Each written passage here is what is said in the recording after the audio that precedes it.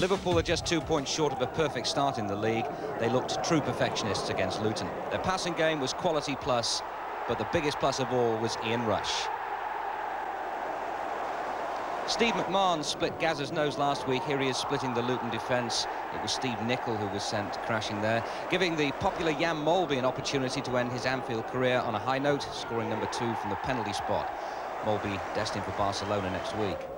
Number 3 was another clinical example of Liverpool at their best. Beardsley with an Oscar-winning pass. Rush again. That was magnificent.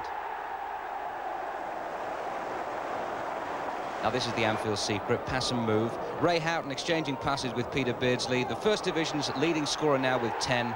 Liverpool's entertainment rating, 10 out of 10.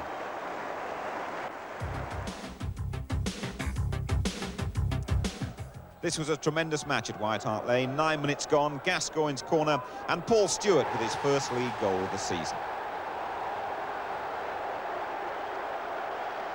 There's an error, though, from Paul Gascoigne now. That back pass, and Alan Cork, well, he knows too much to miss them from that distance. Wimbledon, with a splendid record against Spurs in recent years, take the lead through Paul McGee. He really does hit them well from that range. Identikit goal for Spurs just before half-time. Gascoigne's corner, Stewart the flick, Gary Mabbutt, the skipper, with the equaliser. Spurs had much the better of things in the second half, but they had to wait until the last 5 minutes to get the points. Walsh, so sharp on the near post. Walsh really is the super sub these days. And now Blackwell on Naheem. A penalty for Gary Lineker, who had an outstanding match by all accounts. 4-2. What a splendid afternoon's entertainment. No goals at Selhurst Park, although Palace thought they'd scored fairly late on when John Salako beat David Seaman from close range following Ian Wright's cross. But it was ruled out for offside, and it clearly was. So another clean sheet for Seaman, his 5th straight in the league.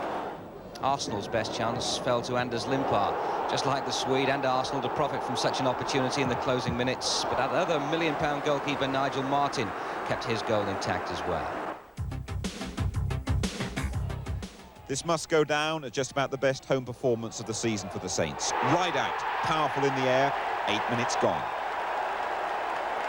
Queen's Park Rangers pinch an equaliser just before half-time. A scrambled effort forced in by Mark Falco. Watch for some real class from Matthew Le Tissier. Stayskal bemused in the Rangers' goal. Now Stayskal has let in 11 in 4 matches. He's getting precious little protection. Rod Wallace. 3-1 to the Saints.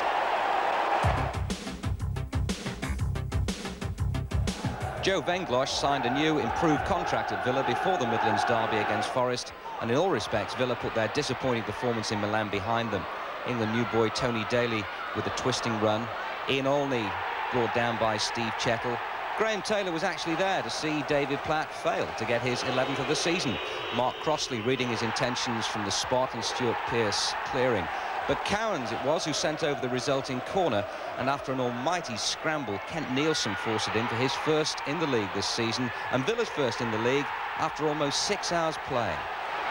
Now Forest's reply was brilliant. Nigel Clough with a slide rule pass to Franz Carr, who beat Spink without breaking stride. But Villa still unbeaten at home.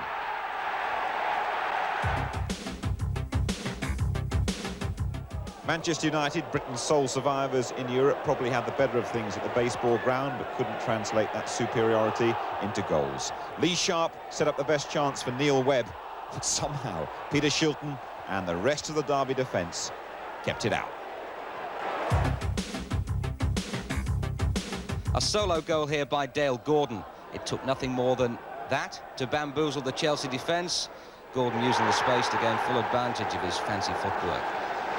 Chelsea's equaliser came from a penalty conceded by Norwich's Ian Butterworth after Wise had burst through. The replay doesn't prove anything conclusively, but you can appreciate why the referee thought he'd made the right decision. Wise's penalty. Only 1 defeat in 11 games for Chelsea. They don't lose a lot, but they don't win enough.